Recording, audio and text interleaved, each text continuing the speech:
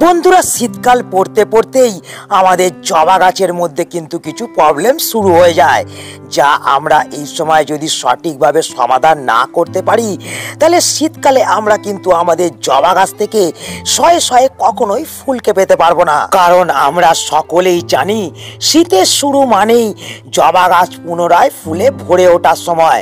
কিন্তু এই সময় যেমন আমাদের জবা গাছের মধ্যে পুনরায় নতুন নতুন কুঁড়ি এবং ফুল আসতে শুরু করে, তেমন এই সময় কিন্তু কিছু বিশেষ সমস্যাও আমাদের জবা গাছের মধ্যে আমরা লক্ষ্য করতে পারি। তো এই সময় তোমাদের বাগানের যে সমস্ত জবা গাছের মধ্যে সঠিকভাবে ফুল আসছে না, তোমাদের বাগানের যে সমস্ত জবা গাছের পাতার মধ্যে গ্রিননেস নেই, পাতার মধ্যে এই রকম হলুদ হলুদ ভাবকে তোমরা লক্ষ্য করতে পারছো, যে সমস্ত জবা গাছের নতুন পাতা এখন এই রকম কুঁকড়ে যেতে লক্ষ্য করা যাচ্ছে, যে সমস্ত জবা গাছের মধ্যে বিভিন্ন ধরনের পোকামাকড়ের আক্রমণ হতে শুরু হয়েছে, সময় চলে এসেছে আমাদের সেই সব জবা গাছগুলিকে সুস্থ সবল এবং সতেজ করে গাছগুলোকে ফুলে ভরিয়ে তোলা। তাই আমাদের জবা গাছের এই ধরনের সমস্যাগুলিকে সমাধান করতে হতে গেলে এই সময় আমাদের কোন ধরনের ব্যবস্থাপনাগুলিকে গ্রহণ করতে হবে, কোন ধরনের খাবারগুলিকে আমরা আমাদের জবা গাছের মধ্যে প্রয়োগ করতে পারবো, আজকে এই সব গুরুত্বপূর্ণ তথ্যগুলিকে তোমাদের জানতে এবং বুঝতে হতে গেলে ভিডিওটাকে শুরু থেকে শেষ পর্যন্ত দেখতে হবে এবং শুরুতেই একটা লাইক করে দিতে হবে। এবং তার সঙ্গে সঙ্গে তোমরা যদি চাও যে আমার গাছের মতন তোমার গাছেও প্রচুর পরিমাণে ফুল ফুটে থাকুক, তাহলে আমাদের বাগান পরিচর্যার ক্ষেত্রে যেসব সার, কীটনাশক বা যেসব খাবার দরকার সেই সব খাবারকে কিন্তু আমার ডেসক্রিপশন বক্সে থাকা লিঙ্কে ক্লিক করে কিন্তু সংগ্রহ করতে হবে।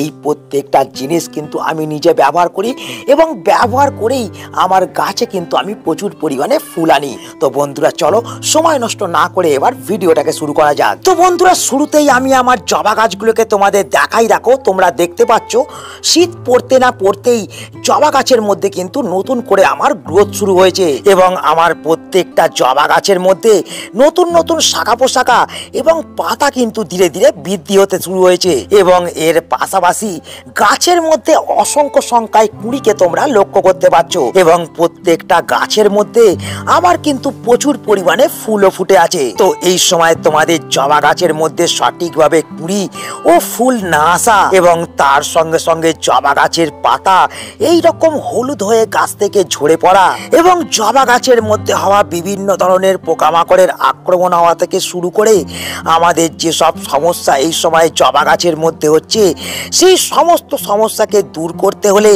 আমাদের প্রথম যে কাজটাকে এই সময় দাঁড়িয়ে করতে হবে সেটা হলো বন্ধুরা, আমাদের প্রত্যেকটা জবা গাছকে কিন্তু এই সময় আমাদের ফুল সানলাইটে রাখতে হবে। তো তোমরাও যদি চাও যে তোমাদের প্রত্যেকটা জবা গাছের মধ্যে প্রচুর পরিমাণে কুঁড়ি এবং ফুল আসুক এবং প্রত্যেকটা জবা গাছ দ্রুত হারে তোমাদের বৃদ্ধি বিকাশ করুক, তাহলে প্রথম যে কাজটাকে তোমাদের করতে হবে, জবা গাছগুলোকে তোমাদের এমন একটা স্থানেতে রাখতে হবে যে স্থানটার মধ্যে কমসে কম 6 থেকে 8 ঘন্টা গাছগুলো রোদ পায়। তো এই প্রথম কাজটিকে করার পর আমাদের যে দ্বিতীয় কাজটিকে আমাদের জবা গাছের মধ্যে করতে হবে সেটা হলো বন্ধুরা, আমাদের জবা গাছের মাটির মধ্যে আমাদের কিন্তু এই সময় খুব বুঝে বুঝে জলকে প্রয়োগ করতে হবে। কারণ বন্ধুরা, আমরা সকলেই জানি যে এই সময় রোদের তীব্রতা কমে যাওয়ার ফলে গাছের মাটি কিন্তু খুব তাড়াতাড়ি শুকিয়ে যাবে না।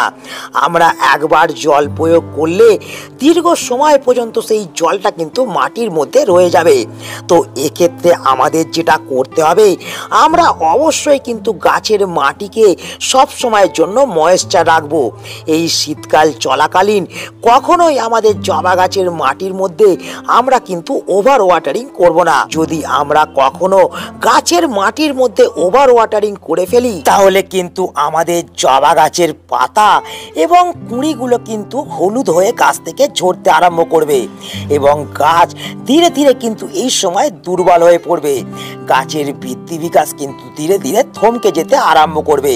তাই এই সময় এই 2 নম্বর কাজটিকে খুব সতর্কতাপূর্বক আমাদের কিন্তু জবা গাছের মধ্যে করতে হবে। তো বন্ধুরা, এই 2 নম্বর কাজটিকে করার পর আমরা যে এরপর 3 নম্বর বিষয়টিকে নিয়ে আলোচনা করব, সেটা হলো বন্ধুরা, আমরা এই সময় সাডেনলি দেখছি আমাদের জবা গাছের পাতা কিন্তু এই রকম হলুদ হয়ে গাছ থেকে ঝরতে আরম্ভ করছে।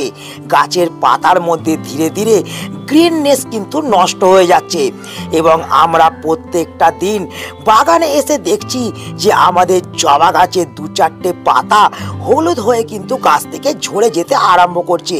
নানান রকম পরিচর্যা করার পরেও আমরা কিন্তু এই সমস্যার সমাধান কিছুতেই কিন্তু করতে পারছি না। তো বন্ধুরা, আমাদের জবা গাছের পাতা এই রকম হলুদ হয়ে যাওয়ার পেছনে মোট কিন্তু 3টি কারণ আছে। তো প্রথম যে কারণটি সেটা হলো আবহাওয়ার তারতম্য।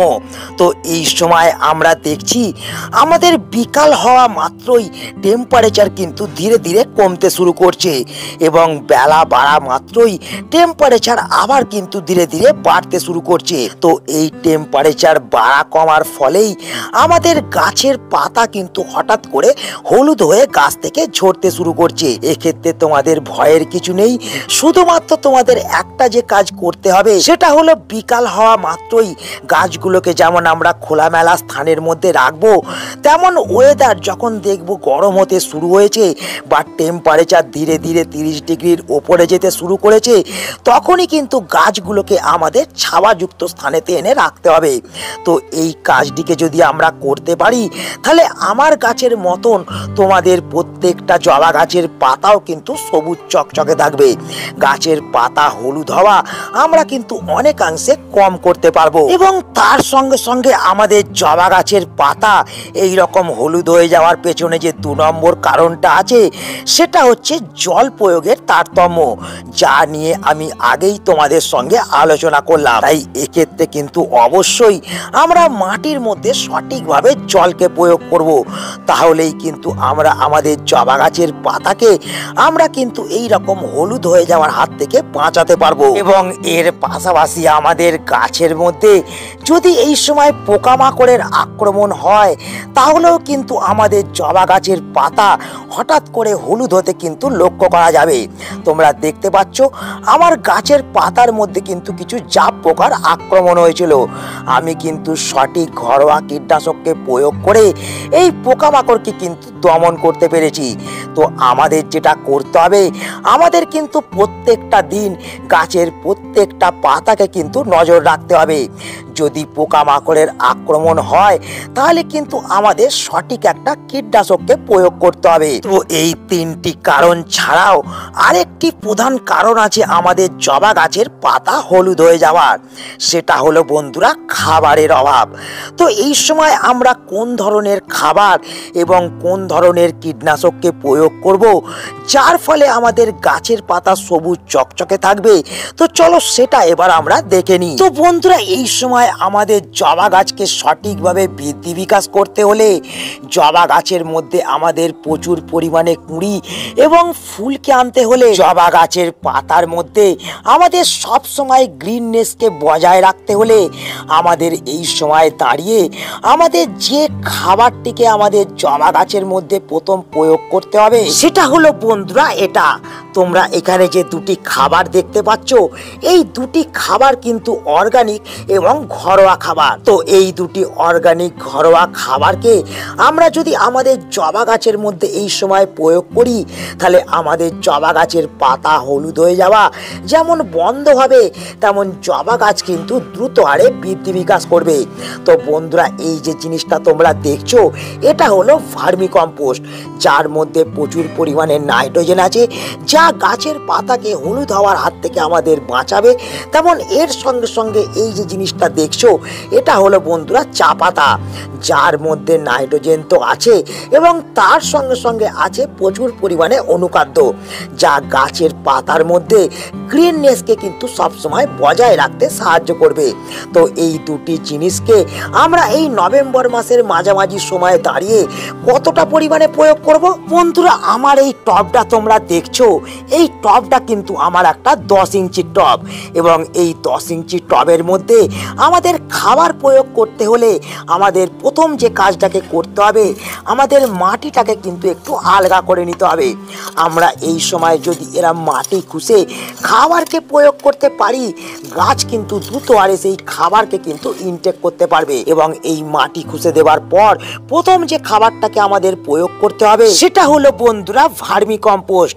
তো এই ভার্মি কম্পোস্টকে আমরা কতটা নেবো, আমরা প্রত্যেকটা 10 ইঞ্চি টবের জন্য আমরা কিন্তু 1.5 থেকে 2 মুঠো পর্যন্ত ভার্মি কম্পোস্টকে কিন্তু ব্যবহার করে দেবো। এবং এই ভার্মি কম্পোস্টকে ব্যবহার করে দেওয়ার পর আমরা এরপর কিন্তু চা পাতাকে ব্যবহার করব।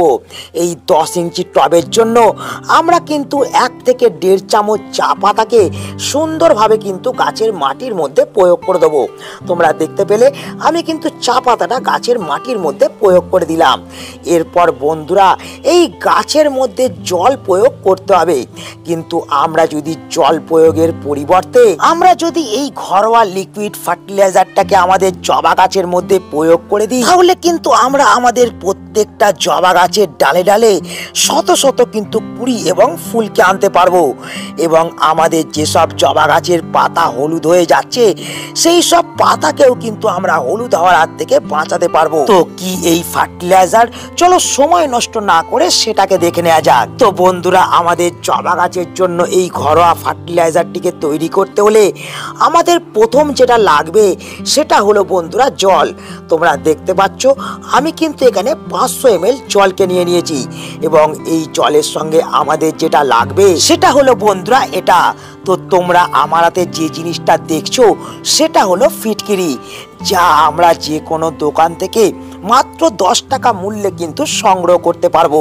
তো এই ফটকিরিকে সংগ্রহ করে নেওয়ার পর আমাদের যেটা করতে হবে সেটা হলো এই ফটকিরিটাকে আমাদের কিন্তু এই জলের মধ্যে দিয়ে দিতে হবে।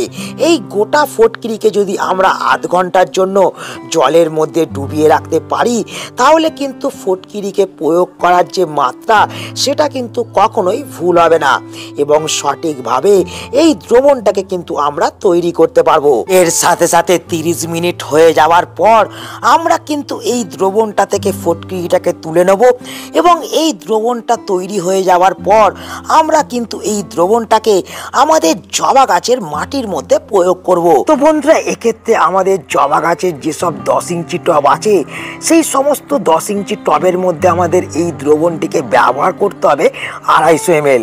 তোমরা দেখতে পাচ্ছ আমি কিন্তু দ্রবণটাকে এখানে ব্যবহার করে দিচ্ছি। এবং 10 ইঞ্চির বড় টব হলে তোমরা কিন্তু 500 ml পর্যন্ত এই দ্রবণটাকে ব্যবহার করতে পারো। তো বন্ধুরা এই দ্রবণটা গাছের মাটিতে প্রয়োগ করলে যেমন আমাদের জবা গাছের মধ্যে প্রচুর ফুল আসবে, তেমন গাছের মাটির মধ্যে থাকা ফাঙ্গাসকেও এই দ্রবণটি কিন্তু সঠিকভাবে দমন করবে।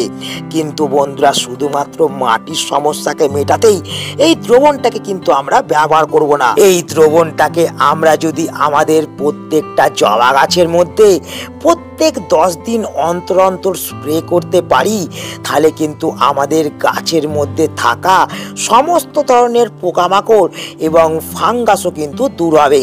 মানে এই দ্রবণটা যেমন গাছের মধ্যে ফুল আনতেও সক্ষম, তেমন কিন্তু এই দ্রবণটা একটি কীটনাশক হিসেবে আমাদের গাছের মধ্যে কাজ করবে। তো তাই আজ এই ভিডিওটাকে এখানেই আমি শেষ করছি। আশা করি এই ভিডিওটা তোমাদের সকলের কাজে লেগেছে। যদি ভিডিওটা ভালো লাগে তাহলে অবশ্যই কিন্তু ভিডিওটাকে একটা লাইক করে দেবে, তোমাদের বন্ধুদের কাছে শেয়ার করে দেবে। যারা নতুন বন্ধু চ্যানেলে প্রথম, অবশ্যই কিন্তু চ্যানেলটাকে সাবস্ক্রাইব করে রাখবে। তো দেখা হচ্ছে আবার একটা নতুন ভিডিওতে। সকলে ভালো থেকো, নমস্কার।